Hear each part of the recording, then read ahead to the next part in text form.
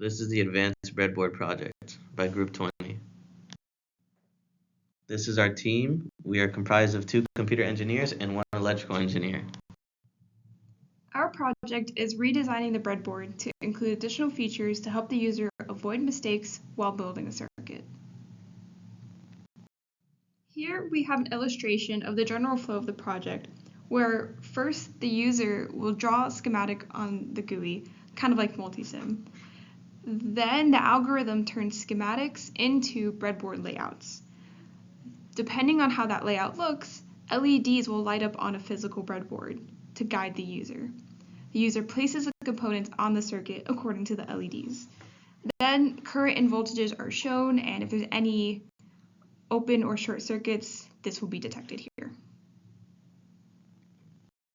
The motivation behind this project came through the daily struggles of going through the linear circuits lab and trying to create the perfect circuit that we needed. And so this came through because sometimes the TA would not have time to get to us, or we would not create the right circuit, or it would just be a very silly problem. And so we thought maybe we can make a breadboard that allow you to do all of this checking without having to wait on someone else. That way it's a lot easier to make circuits, and you'd also be able to learn a lot quicker. Based off our motivations, we were able to come up with a goal and 3 objectives. As you can see, the goal is to add some features to the breadboard that make it easier for a user to create a successful circuit, at least on the first few tries. Our objectives are split into 3. The first is the schematic to breadboard wiring algorithm. This is sort of like multisim, but it takes an extra step in showing you how to place the circuit on the breadboard. The second is LED activation for component placement. This shows you where you should place your components. That way you're not accidentally putting a component in the wrong spot. Finally, we're going to have an open/short circuit detection. This will help to determine whether you may or may not have an open circuit, and definitely to see if you have a short circuit. These are our engineering specifications. To name a few, we have a 95% accuracy plus on open and short circuit detection and LED activation placement. Additionally, this product is battery powered. This is a Venn diagram displaying the main components of our project. We will go into all of these components further in the presentation. So this is a hardware overview as to how our advanced breadboard components will be interacting with one another. A more detailed description will be given in the later slides. Our advanced breadboard design, this is the hardware subsystem block diagram. It shows us where the advanced breadboard is, what's inside it, which is the PCB, and also what's contained inside the PCB. For the breadboard design, first we had to figure out how to build a breadboard, since a typical one would be too complicated to configure. As you can see, we chose between 3 insulators: glass, wood, and plastic. Plastic made the most sense, and it was definitely the most affordable. Since we were able to choose plastic, I'm able to 3D print the board. Of the 3 types of plastic, I chose the most popular ones, and I went ahead with ABS because I wanted something with a high melting temperature, just in case your circuit gets a little overheated. The board will be made of 3 different layers. The bottom layer is going to be where the PCB is held and most of the electronics. As you can see, there's 3 little air holes on the bottom. The second layer is where the metal contacts and the LEDs are going to be placed. These metal contacts is what holds your component in place. And the top layer just holds everything and covers it all, as long as also having little posts to hold the display.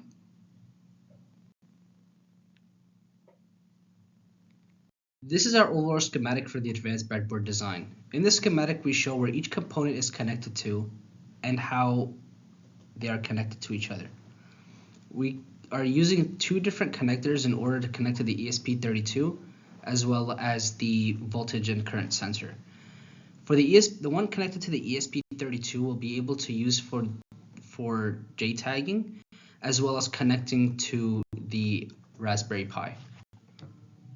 The voltage and current sensor of our PCB, we decided to look into 3 different sensors created by Texas Instrument. The first one is INA219 AID, the second being INA260 AIPW, the last one being INA233 AID GST. The first thing that we looked at between 3 of these sensors was the cost, in which we saw the INA219 had the lowest cost. The second thing that we looked at was the operating voltage. Since our PCB is powered by batteries, we want to find a sensor that had low operating voltage in order to fit our design. The third thing that we looked at was a sensing voltage. This is the range in which the sensor would detect the voltage. You can see that the INA 219 had a 0 to 26 sensing voltage, while the rest had 0 to 36 volts. We didn't want to go overboard with the amount of sensing voltage, so we found that the INA 219 seemed to be the most reasonable one. The next thing that we looked at was the accuracy, in which the INA 219 had a 0.5 maximum error, while the INA 260 had a 0.15%, and the INA 233 had a 0.1%. Since we didn't really need one that was too accurate, we decided the INA 219 to be reasonable. As for the interface, you can see that there's 3 different interfaces that we can use with these sensors. The first 2 sensors use I2C and CM bus, while the last one also uses PM bus. As for the analog and digital converter, they all contain one, so we didn't have to choose between them. So looking into all these different categories, we found the INA 219 AID to be the most reasonable in terms of cost, power, and accuracy. So the variable power supply in our design is the power supply that the user will use to power their circuit on the advanced breadboard. We looked into 3 common laboratory power supplies: the Elenco XP-15K power supply, Corad KD3005D power supply, Matrix MPS-3206 series power supply. The first thing we looked into is the cost, in which the Elenco had the smallest cost, and we looked into the output voltage as well.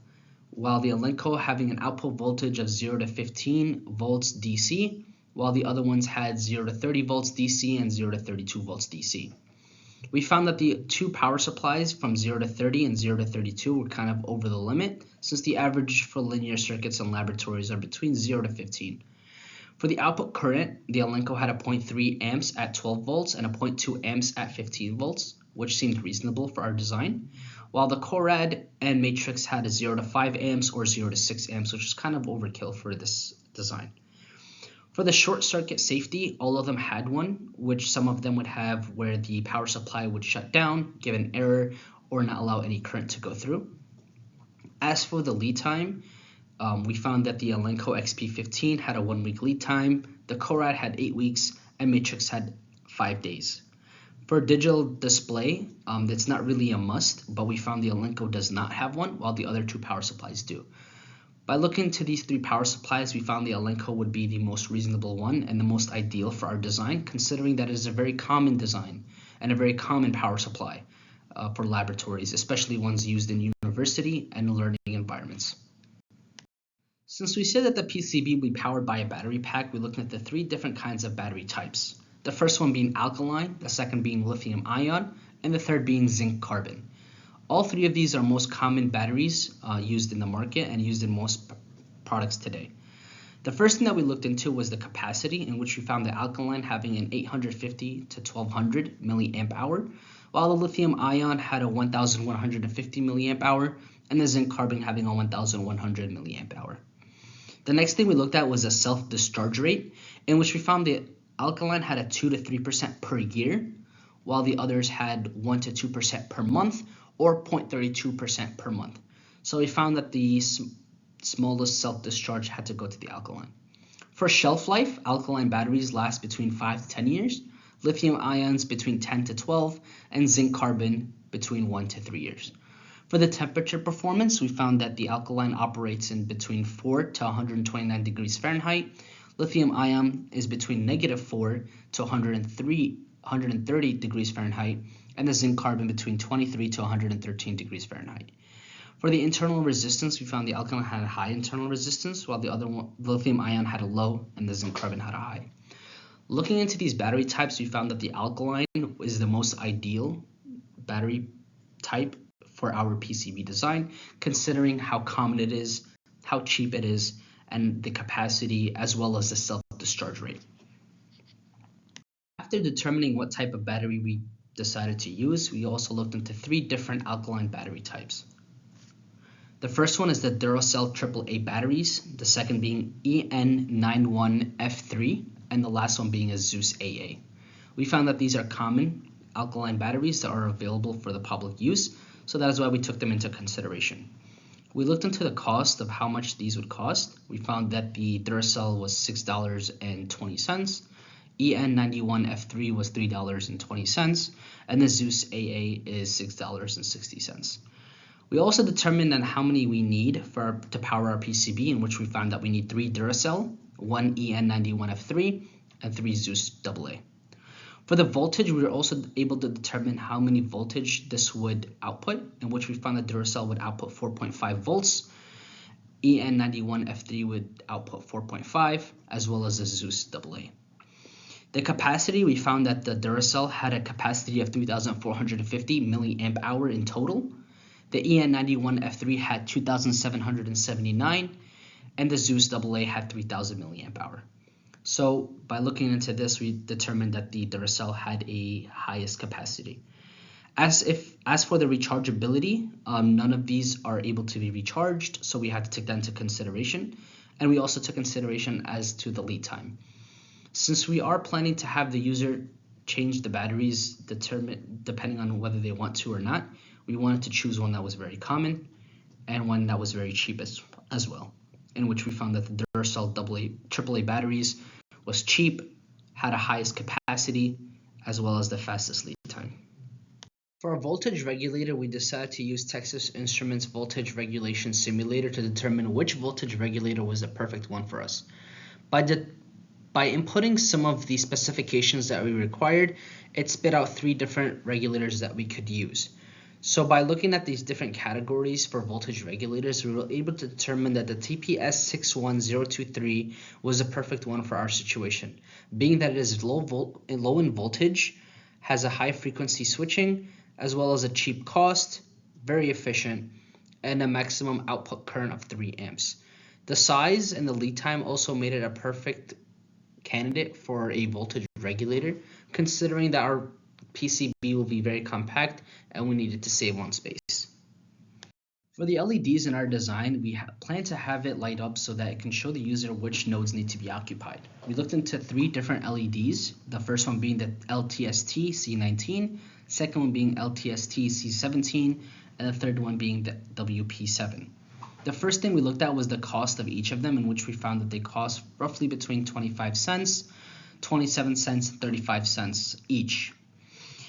The second thing we looked at was the forward voltage, in which the C19 had 2 volts, the C17 had 2 volts, and the WP7 had 1.9 volts. The viewing angle was considered the most important thing that we need to look at, in which the C19 and the C17 had a 130-degree angle, while the WP7 had a 30-degree angle. As for the luminous intensity, this was the second and most important thing that we needed to look at, so we can consider how far and how close the user needs to be in order to see these LEDs. The first 2 LEDs had a really low luminous intensity compared to the WP7, which was in the thousands range. For the size of the LEDs, we had to take that into account, considering we didn't want too many things on the PCB, as well as we wanted to be able to be visible to the user. We found the WP7 having a 5mm size was pretty reasonable and average for an LED, and it wouldn't pose an issue for visibility purposes. And the last thing we looked at was the lead time, in which the WP7 had a 6-week lead time, which was the really biggest downside here. But most of these LEDs were in stock anyway, so we can determine that the average delivery time is a couple business days. So for this situation, we determined that the WP7, although a little bit more expensive than the rest, deemed to be the most reasonable and ideal LED for our design. The main processor, we had 3 main contenders: the Raspberry Pi 0W, Raspberry Pi 4B, and the ESP32. We ended up choosing the Raspberry Pi 4B because it had a significant amount of space. We also knew it could handle complex tasks, and it may or may not be too much for what we need, but we wanted to play it safe rather than sorry. Further details comparing the main processors and what are some pros and cons, but we found that the Raspberry Pi 4B was the most realistic one to use. The Raspberry Pi will have a display that takes up most of the GPIO pins, so we need another device that is required to handle the wattmeter sensor and LEDs. The ESP32 was chosen because it is cheap and accessible, and has libraries for the specific sensor that we chose. It can also communicate with the Raspberry Pi through serial communication, which is very convenient. To interface with it, we are using the Arduino IDE because it is simple and has many public resources. Splitting the process into two different devices makes it easy to focus their respective resources and to be efficient. I included some code that the ESP32 uses to communicate with the wattmeter sensor here on the slide to show how simple this process can be. Here's the overall flow of the software. We will go more into depth further in the slides. Here's a subsystem block diagram. Here we can see that there are three main components. First, the GUI, the monitor, and the PCB. To start with the monitor, we find that inside the monitor, the user will be able to interact with the GUI, and this is where the majority of the program is. As well as the Raspberry Pi 4B, we can see that it is the one that is hosting all of the program. Now, we also have the PCB, of which has its own separate program to deal with the watt meter.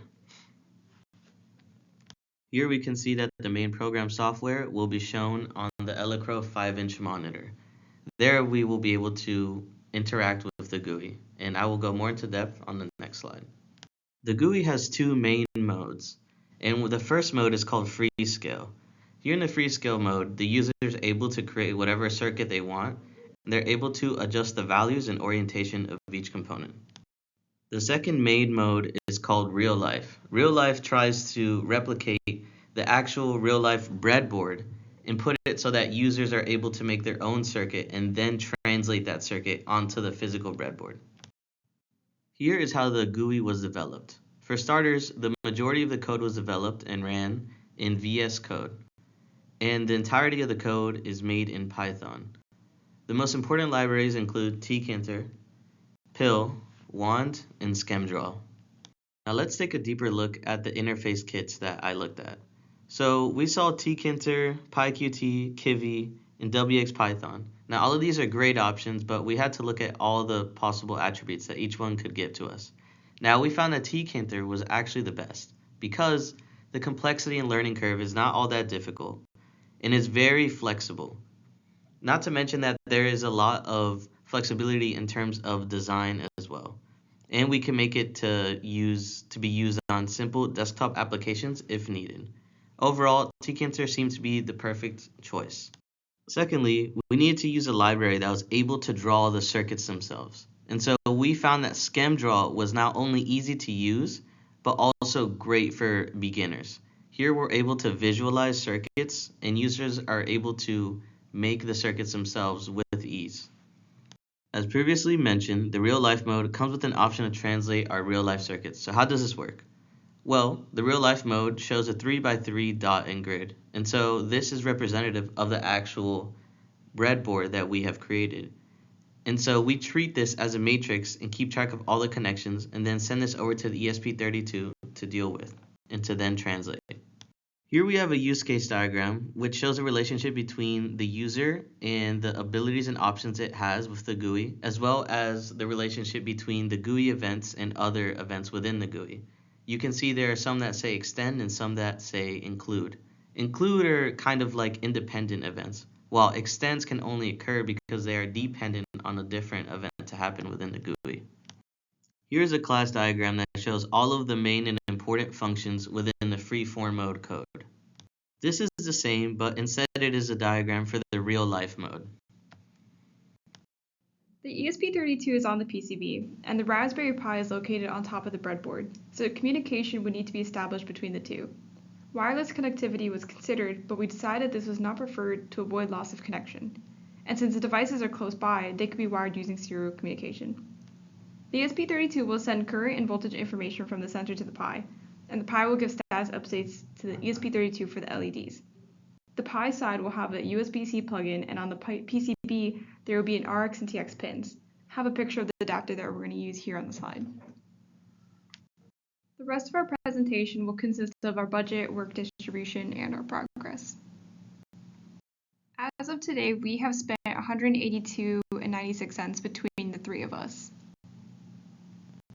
We have a list of all the items we have purchased. We estimate that we will need to buy multiple PCBs, a power supply for the user circuit, serial USB adapter, and any solder material. Here we have our work distribution. One CPU will focus on the main software development. This includes the GUI with schematic building and transition to breadboard placement, Raspberry Pi manipulation includes working with the display. The other CPE will work as the go-between for the hardware and software, so work with the ESP32 to communicate with the LEDs, sensor, and the Pi. Finally, our electrical engineer will design the power supply, wiring configurations, PCB design, and determining the method for the short open circuit detection. We broke down our progress to be 3 stages: design, testing, and completion. We hope to have all parts in testing by the end of February and leaving early March for final prototyping so that the end of March can be set aside for fixing bugs. By April, we will be ready for final presentations.